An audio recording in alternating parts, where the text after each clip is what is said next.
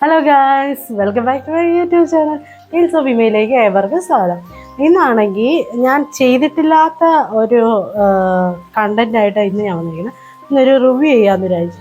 നമ്മുടെ കൊട്ടാരക്കരയിലാണെങ്കിൽ ഇപ്രാവശ്യം അന്താരാഷ്ട്ര ചലച്ചിത്ര മേള വന്നായിരുന്നു. വനിതയുടെയാണ് അത്.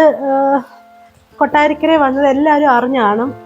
അങ്ങനെ ഇന്നായിരുന്നു അത് തുടങ്ങിയത്. നമ്മുടെ ബാലഗോപാൽ സാറിൻ്റെ നേതൃത്വത്തിലാണ് കൊട്ടാരക്കരയിൽ തന്നെ എന്താണ് സംഭവം എന്നൊക്കെ അറിയാൻ വേണ്ടി ഇന്ന് ഞാൻ പോയിട്ട് ഞാനിപ്പം വന്നതേ ഉള്ളൂ, രാത്രിയായി. അപ്പം വന്ന് കയറി തന്നെ ഞാൻ ഒരാഴ്ച ഇതിനെപ്പറ്റി പറയാം. കാരണം നാളെ നിങ്ങൾക്ക് വേണമെങ്കിൽ പോകാമല്ലോ. മെയ് 23 തൊട്ട് 25 വരെയാണ് കൊട്ടാരക്കര മിനർവേ തിയേറ്ററിൽ വെച്ചിട്ടാണ് ഈ ഫിലിം ഫെസ്റ്റിവൽ നടക്കുന്നത്. അപ്പം ഇതിനകത്ത് എന്തൊക്കെയാണ് ഇപ്പം അറിയാത്ത ആൾക്കാർക്ക് ഇപ്പം ഈ ഒരു ഇൻഫോർമേഷനും കൂടെ ആവട്ടെ, അവർക്ക് 2 ദിവസത്തിനുള്ളിൽ ബാക്കി സിനിമ കാണാമല്ലോ എന്ന് വിചാരിച്ചിട്ട് ഞാൻ പെട്ടെന്ന് തന്നെ ഒരു വ്ളോഗ് ചെയ്യാമെന്ന് വിചാരിച്ചു. അപ്പം വനിതാ സംവിധായകർ മാത്രം ഒരുക്കിയിട്ടുള്ള ഒരു 25 സിനിമ ഓരോ ദിവസമായിട്ടാണ്. ഒരു ദിവസം 3 സിനിമകൾ, ഇപ്പം സ്ക്രീൻ 1, സ്ക്രീൻ 2 അങ്ങനെ 2 സ്ക്രീനിൽ വെച്ചിട്ടാണ് ഈ സിനിമ ഫെസ്റ്റിവൽ നടക്കുന്നത്. അപ്പം ഒരു സിനിമ തുടങ്ങുന്നത് തന്നെ 9 മണിക്കായിരിക്കും. ഇപ്പോൾ സ്ക്രീൻ 1 ഒരു സിനിമയാണെങ്കിൽ സ്ക്രീൻ 2 വേറെ സിനിമയായിരിക്കും. നമുക്ക് ഏതാണ് ഇഷ്ടം എന്ന് പറഞ്ഞു കഴിഞ്ഞാൽ അത് ചൂസ് ചെയ്തിട്ട് നമുക്ക് കാണാൻ പറ്റും. അത് നമുക്ക് അതിന് തന്നെ ഷെഡ്യൂൾ ഇവർ തന്നിട്ടുണ്ട്. ഇന്നത്തെ ദിവസത്തിൽ നടന്നതാണ്. ഇന്നത്തെ ദിവസം 9:30 ഒരു സിനിമ ഉണ്ടായിരുന്നു, the post modern life of my ആണ്. ആ ടൈമിൽ തന്നെ സ്ക്രീൻ 2 ഫയർ എന്ന് പറഞ്ഞൊരു സിനിമ ഉണ്ടായിരുന്നു. പിന്നെ 12 മണിക്ക്, പിന്നെ 12:15, പിന്നെ 3 മണിക്ക്, 2:45, പിന്നെ 6 മണിക്ക് ഇന്ന് all we imagine as light എന്ന് പറഞ്ഞു. ഇത് 6 മണിക്ക് നടന്നില്ല, കാരണം ഓപ്പണിംഗ് സെറിമണിയുടെ ഫംഗ്ഷൻ ഇന്നുണ്ടായിരുന്നു. അപ്പം മന്ത്രിയൊക്കെ വരാൻ താമസിച്ച്, അതുകൊണ്ട് അവിടെ പ്രോഗ്രാം ഇപ്പം നടന്നുകൊണ്ടിരിക്കുന്നേ ഉള്ളൂ. എന്ന് പറഞ്ഞാൽ ഓരോ കാറ്റഗറിക്കകത്തുള്ള ഫിലിം ഫെസ്റ്റിവലിൽ വന്നതായിരിക്കുക, അല്ലെങ്കിൽ ക്യാൻസ് മേളയിൽ വന്നതായിരിക്കുക. ഓരോ കാറ്റഗറിയിൽ നിന്ന് ഓരോ ലാംഗ്വേജിൽ നിന്ന് അവർ ചൂസ് ചെയ്തിട്ടുള്ള സിനിമകളാണ്. അതിനകത്ത് നിന്ന് ഓരോ ദിവസം അവർ ഓൾറെഡി എടുത്ത് വെച്ചിട്ടുണ്ട്. ഇതിനകത്ത് നമുക്ക് ഇഷ്ടമുള്ള ചൂസ് ചെയ്യാനേ പറ്റത്തുള്ളൂ. അപ്പം ആദ്യത്തെ സിനിമ എന്ന് പറയുന്നത് ചൈനീസ് സിനിമയായിരുന്നു. രണ്ടാമത്തെ ഇന്ത്യൻ സിനിമയുണ്ട്, പിന്നെ അഫ്ഗാനിസ്ഥാൻ സിനിമ ഉണ്ടായിരുന്നു, പിന്നെ ജർമ്മനിയുടെ സിനിമ ഉണ്ടായിരുന്നു, പിന്നെ ഓസ്ട്രിയയുടെ സിനിമ ഉണ്ടായിരുന്നു, ജാപ്പനീസ് മൂവി ഉണ്ടായിരുന്നു. അങ്ങനത്തുള്ള ഓരോ ദിവസവും ഓരോ സിനിമകളാണ് അവരവിടെ സ്ക്രീനിലിട്ടേക്കുന്നത്. നമുക്ക് ഇഷ്ടമുള്ളത് ഒന്ന് ചൂസ് ചെയ്യാം. പിന്നെന്ന് പറഞ്ഞു കഴിഞ്ഞാൽ ഇതിനൊരു രജിസ്ട്രേഷൻ ഉണ്ട്. ഈ ഒന്നാമത്തെ ഏറ്റവും വലിയ കാര്യം എന്ന് പറഞ്ഞാൽ 472 രൂപയുള്ളൂ. ഈ 472 രൂപയ്ക്ക് നമുക്കാണെങ്കിൽ അവരാണെങ്കിൽ ഒരു രജിസ്ട്രേഷൻ ഒരു ഫോം തരും. ആ ഫോം നമ്മൾ ഫില്ല് ചെയ്ത് കൊടുക്കണം. അവിടെ ചെല്ലുമ്പോൾ തന്നെ കിട്ടും. മിനർവയുടെ ഫ്രണ്ടിൽ തന്നെ കയറുമ്പം തന്നെ ഒരു ഭാഗത്ത് രജിസ്ട്രേഷൻ്റെ ഒരു കൗണ്ടർ ഇട്ടിട്ടുണ്ട് അവർ. അവിടെ തന്നെ ചെല്ലുമ്പോഴത്തേക്ക് നമുക്ക് 472 രൂപ കൊടുത്താൽ മതി. അപ്പം കൊടുക്കുമ്പോഴത്തേക്ക് നമുക്കൊരു ഫോം തരും. പിന്നെ നമ്മുടെ ഫോട്ടോ വേണം, അത് നമ്മൾ പൂരിപ്പിച്ച് കൊടുക്കുകയാണെങ്കിൽ നമുക്കൊരു ഒരു ID കാർഡ് തരും അവർ. നമ്മുടെ ഫോട്ടോസ് അതിനകത്ത് ആ ഫിലിം ഫെസ്റ്റിവലിൽ നമ്മൾ പങ്കെടുത്തിട്ടുള്ള നമ്മുടെ ഡേറ്റാസ് എല്ലാം കൊടുക്കുമ്പോൾ അതെല്ലാം കൂടെ വെച്ചിട്ട് ഒരു ID കാർഡ് ചെയ്യുന്നത് പോലെ അവർ നമുക്ക് ചെയ്തിട്ട് ഒരു ടാഗ് പോലെ നമുക്ക് തരും. അത് നമുക്ക് യൂസ് ചെയ്യാം. അതാവുമ്പോഴത്തേക്ക് നമുക്ക് ബാക്കിയുള്ള തിയേറ്ററിൽ കയറുമ്പോൾ കാണിച്ചാൽ മതി, നമുക്ക് കയറാൻ പറ്റും. പിന്നെന്ന് പറഞ്ഞു കഴിഞ്ഞാൽ 80 എബോവ് ഉള്ളവർക്ക് മാത്രമേ കാണാൻ പറ്റത്തുള്ളൂ. അങ്ങനെ ഉള്ളവർക്ക് മാത്രമേ അവർ പാസ് കൊടുക്കുന്നുള്ളൂ. പിന്നെ സ്റ്റുഡൻസിനാണെങ്കിൽ 236 രൂപയുള്ളൂ. അപ്പം അത് കഴിഞ്ഞിട്ട് നമ്മളാണെങ്കിൽ ഫസ്റ്റ് നമ്മൾ ആ കൗണ്ടറിൽ ചെന്ന് കഴിഞ്ഞിട്ട് രജിസ്റ്റർ എല്ലാം ചെയ്ത് കഴിയുമ്പോഴത്തേക്ക് നമുക്ക് അവരൊരു ബാഗ് തരും. ആ ബാഗിനകത്ത് ഒരു നോട്ട് ബുക്ക് പോലത്തെ ഉള്ളൊരു സംഭവമുണ്ട്. ഇതിനകത്ത് നമ്മൾ കാണുന്ന സിനിമകളെല്ലാത്തിൻ്റെയും ഒരു ചെറിയൊരു രൂപം, എന്താണ് ആ സിനിമയെ പറ്റിയുള്ളത്. ഇപ്പോൾ ഗേൾ ഫ്രണ്ട്സ് എന്ന് പറഞ്ഞൊരു സിനിമയുണ്ട്. ആ സിനിമയെ പറ്റിയുള്ള അവരൊരു ഡിസ്ക്രിപ്ഷനായിട്ട് കൊടുക്കും. നമ്മുടെ ലാംഗ്വേജിൽ തന്നെ, മലയാളം ലാംഗ്വേജിലും കൊടുക്കും, ഇംഗ്ലീഷിലും കൊടുക്കും. അങ്ങനെ എല്ലാ സിനിമയുടെയും ഉണ്ട്. അതും നമുക്ക് ഇങ്ങനെ വായിക്കാം. ഇത് കഴിയുമ്പം തന്നെ നമുക്കിത് വായിക്കാൻ പറ്റും, ആ സിനിമയെ പറ്റി എന്താണ് ആ സിനിമയെ പറ്റി ഉള്ളതെന്നുള്ളത് കാണാൻ പറ്റും. അങ്ങനെ ഞാൻ ഇന്ന് 3 സിനിമ കണ്ടായിരുന്നു രാവിലെ. The post modern life of my ആണ്, അത് ചൈനീസ് പടമായിരുന്നു. പിന്നെ സീമ സോങ് എന്ന് പറഞ്ഞിട്ട് ഒരു സിനിമ, അത് അഫ്ഗാനിസ്ഥാൻ മൂവിയായിരുന്നു. പിന്നെ ഡെസേർട്ട് ഓഫ് നാംബി, അത് ജാപ്പനീസ് മൂവിയായിരുന്നു. ഇങ്ങനെ 3 സിനിമ ഞാൻ ഇന്ന് കണ്ട്.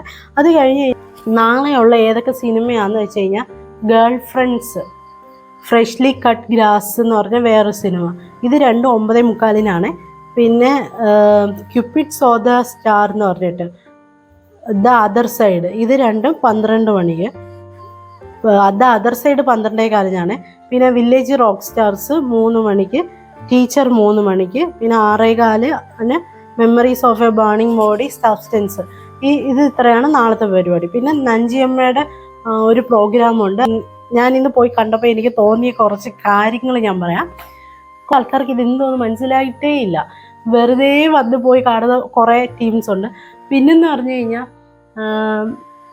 എല്ലാവരും ഇപ്പോൾ മനസ്സിലാക്കണമെന്നില്ല. ചിലവർക്ക് നമ്മുടെ അടുത്തൊരു ചലച്ചിത്രമേളയില്ലേ, എന്താണ് സംഭവം എന്ന് കാണാൻ വേണ്ടി വരുന്നവരുമുണ്ട്, അങ്ങനെയുള്ളവരും ഉണ്ട്. അത് നല്ല കാര്യം. പിന്നെ കുറച്ച് ആൾക്കാരെന്ന് പറഞ്ഞു കഴിഞ്ഞാൽ എനിക്ക് പേഴ്സണലി തോന്നിയ കാര്യം ഞാൻ പറയണേ, എനിക്കൊന്ന് സീറ്റ് തികയ്ക്കാൻ വേണ്ടിയാണ്. ഇന്ന് ആദ്യത്തെ ദിവസമായിട്ട് കുറച്ച് ആൾക്കാർ, ഒരു 50% ആൾക്കാരുണ്ടായിരുന്നു. മീൻസ് ഈ സിനിമ ഇഷ്ടപ്പെട്ട് കാണണമെന്ന് പറഞ്ഞ് ആഗ്രഹിച്ച് കുറേ സ്ഥലത്ത് നിന്ന് വന്ന കുറേ ആൾക്കാരുണ്ട്. ബാക്കിയുള്ള സീറ്റുകളൊന്ന് ഫില്ലല്ലായിരുന്നു. എനിക്ക് ഫില്ലാകാൻ വേണ്ടി കുറച്ച് ആൾക്കാരെ കൊണ്ടുവന്നു. കുടുംബശ്രീയിലെ ചേച്ചിമാരായിരുന്നു, എബോ 50-ലുള്ളവരായിരുന്നു. അവർക്ക് എന്താണ് സംഭവം മനസ്സിലായി. അപ്പോൾ അവർ ചൈനീസ് സിനിമ കാണാൻ വേണ്ടി അകത്ത് വന്നപ്പോൾ അവർ പറഞ്ഞു, ഇവിടെ മലയാള സിനിമ ഇല്ലേ, ഞാൻ കമ്മിറ്റിക്കാരോട് പോയി ചോദിക്കട്ടെ. അങ്ങനെ കുറേ ഫണ്ണി മൂമെൻറ്റ്സ് കുറേ നടന്നായിരുന്നു.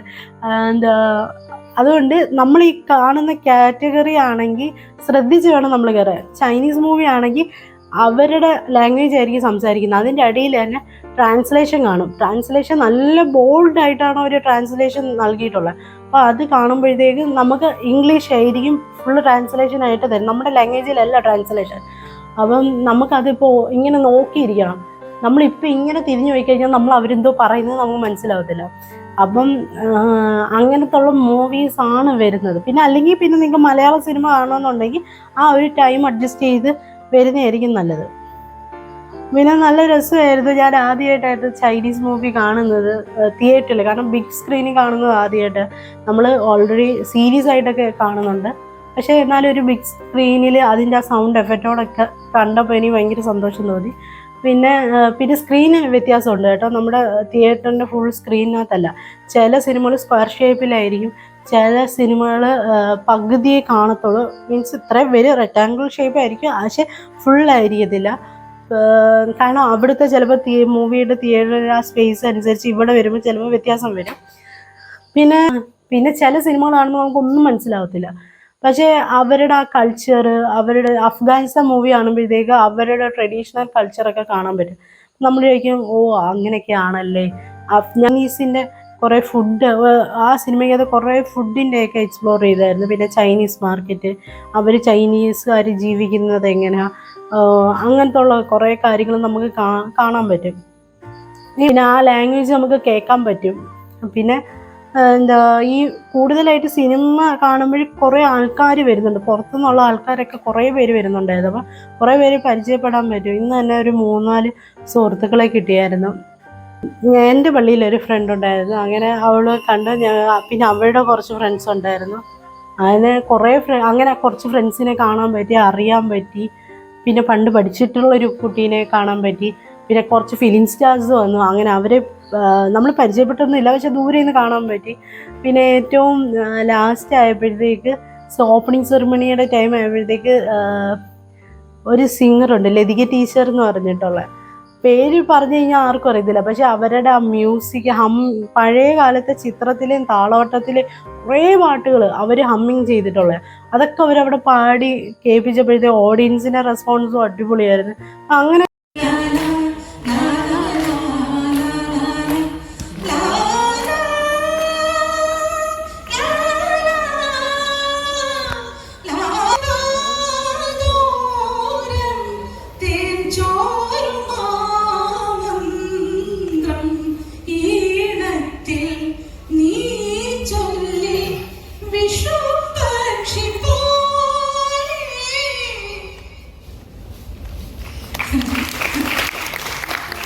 നമുക്ക് ആൾക്കാരുമായിട്ട് ഇൻട്രാക്ഷൻ ചെയ്യാൻ പറ്റിയപ്പം നമ്മൾ അങ്ങനത്തെ ഉള്ളൊരു ഫിലിം ഫെസ്റ്റിവൽ വന്നിട്ടില്ല, കണ്ടിട്ടില്ല. അപ്പോൾ ഇതൊക്കെ കാണാനും കേൾക്കാനും ഒക്കെ പറ്റിയത് ഇപ്പോൾ ഈ ഫിലിം ഫെസ്റ്റിവലിലൂടെ. അപ്പോൾ ഞാൻ ഇപ്പോൾ പോയില്ലായിരുന്നെങ്കിൽ എനിക്കിപ്പോൾ പ്രേംകുമാർ സാറിനെ കാണാൻ പറ്റത്തില്ലായിരുന്നു. മധുപാൽ സാറിനെ കാണാൻ പറ്റത്തില്ല, ആർഷ ബൈജുവിനെ കാണാൻ പറ്റത്തില്ല.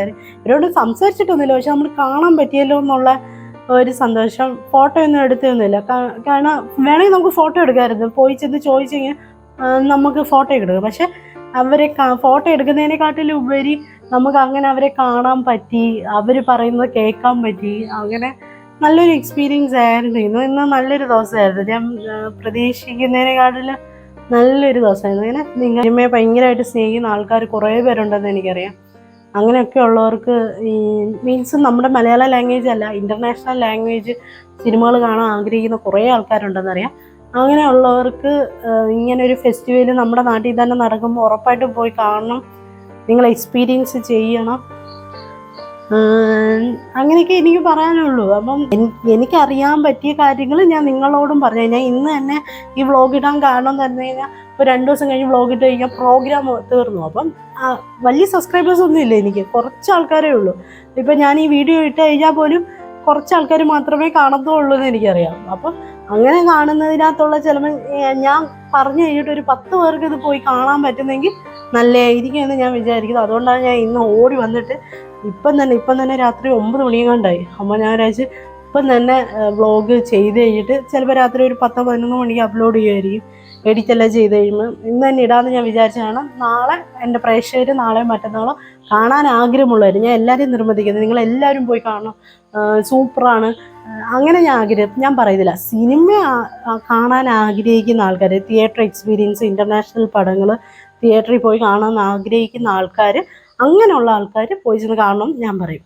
പിന്നെ വേറെ ഒന്നുമില്ല, ഇത് കാര്യങ്ങൾ പറയാൻ വേണ്ടിയാണ് ഞാൻ പെട്ടെന്ന് വന്നത്. ഇനി അടുത്ത വ്ളോഗുമായിട്ട് വരാം. ശരി, ഓക്കെ, ബൈ, ടാറ്റാ.